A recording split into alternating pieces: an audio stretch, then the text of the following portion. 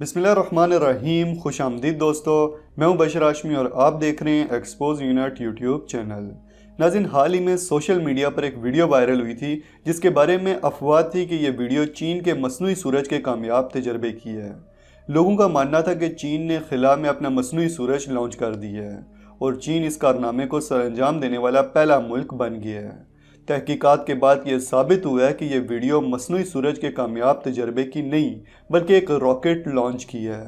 ये बात दुरुस्त है कि दुनिया के दीगर ममालिक की तरह चीन भी मसनूई सूरज पर बनाने पर काम कर रहा है, लेकिन अभी तक इस सूरज को किसी भी मुल्क की तरफ से खला में लॉन्च नहीं किया गया। न्यूज़ के मुताबिक चीन के न्यूक्लियर फ्यूजन रिएक्टर, जिसका नाम एक्सपेरिमेंटल एडवांस सुपर कंडक्टिंग टोकामाक बताया जाता है, इस रिएक्टर ने प्लाज्मा को 78 मिलियन डिग्री सेल्सियस तक 1056 सेकंड के लिए गर्म करके एक नया आलमी रिकॉर्ड कायम किया है। कहा जाता है कि यह तजुर्बा साइंसदानों के लिए क्लीन एनर्जी को लामहदूद तौर पर पैदा करने में मददगार साबित हो सकता है। 2003 में चीन के न्यूक्लियर रिएक्टर ईस्ट ने फ्रांस के न्यूक्लियर रिएक्टर का रिकॉर्ड तोड़ दिया था।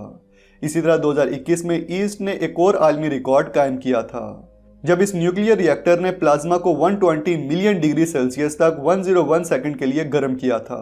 यह टेम्परेचर सूरज के दर्जा हरारत से 8 गुना ज़्यादा गर्म था, क्योंकि सूरज पर टेम्परेचर ज़्यादा से ज़्यादा 15 मिलियन डिग्री सेल्सियस तक ही रहता है।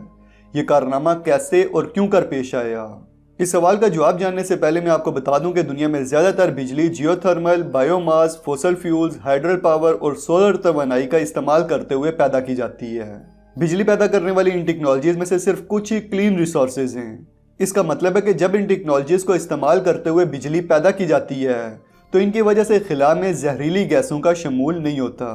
दोस्तों, ये तो जानी मानी बात है कि चीन आबादी के लिहाज से दुनिया का सबसे बड़ा मुल्क है। 70 साल से भी ज़्यादा अरसे में चीन के साइंसदान इसी कोशिश में लगे हुए हैं कि किसी तरह क्लीन एनर्जी पैदा की जा सके जिससे चीन के लोगों की एनर्जी की डिमांड को पूरा किया जा सके। इन साइंसदानों ने हर हरबे को इस्तेमाल करने के बाद आखिरी हरबे के तौर पर फ्यूजन रिएक्शन को करने का फैसला किया था। फ्यूजन रिएक्शन वो अमल है जिसके जरिए सितारे हाइड्रोजन एटम्स को इंतहाई ज़्यादा दबाव और दर्जा हरारत पर फ्यूजन करके हीलियम एटम्स बनाते हैं। इस रिएक्शन के नतीजे में रोशनी और हरारत पैदा होती है। इसकी मिसाल हमारे सूरज की है। सूरज फ्यूजन रिएक्शन के जरिए रोशनी और हरारत हम तक पहुँचाता है। इसी के साथ साथ फ्यूजन रिएक्शन एक क्लीन एनर्जी सोर्स है, यानी इसके ज़रिए खिला में जहरीली गैसें शामिल किए बगैर बहुत ज़्यादा तवानाई पैदा की जा सकती है। चाइना के साइंसदानों ने अल्लाह रब्बुल इज़्ज़त के बनाए हुए कानून न्यूक्लियर फ्यूजन को कॉपी करके एक मसनूई सूरज बनाने का तजर्बा किया है। इस मसनूई सूरज ने 17 मिनट से ज़्यादा वक्त तक सूरज से 5 गुना ज़्यादा गर्म दर्जा हरारत पर प्लाज्मा को सुपर हीट करने के बाद नया आलमी रिकॉर्ड कायम किया है। लेकिन सितारों के अंदर पाए जाने वाले हालात को नकल करना कोई आसान काम नहीं है।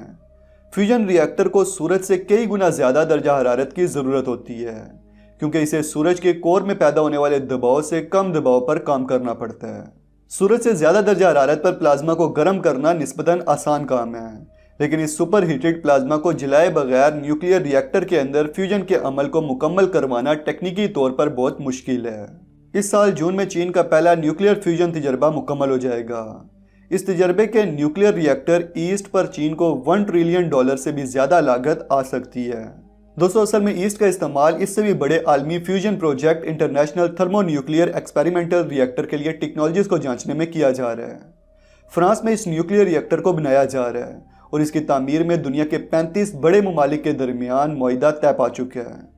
इन 35 ममालिक में यूरोपीय यूनियन के तमाम ममालिक, बरतानिया, चीन, हिंदुस्तान और अमेरिका शामिल हैं।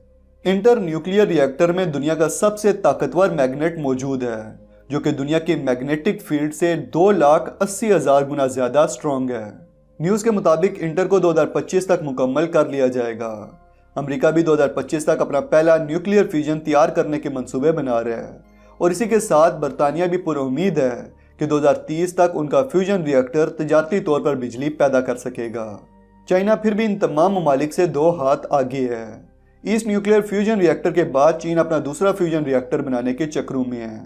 न्यूक्लियर फ्यूजन से चंद मिनट तक बिजली पैदा करना कोई मामूली बात नहीं है, मगर ये तो आने वाला वक्त ही बताएगा कि आया ये टेक्नोलॉजी मुस्तकिल तौर पर बिजली पैदा करने के लिए इस्तेमाल की जाएगी या नहीं। बिलाशुबा ये टेक्नोलॉजी बहुत महंगी है और इसको इस्तेमाल करने के लिए रकम मुहैया करना दुनिया के हर मुल्क की बस की बात नहीं है।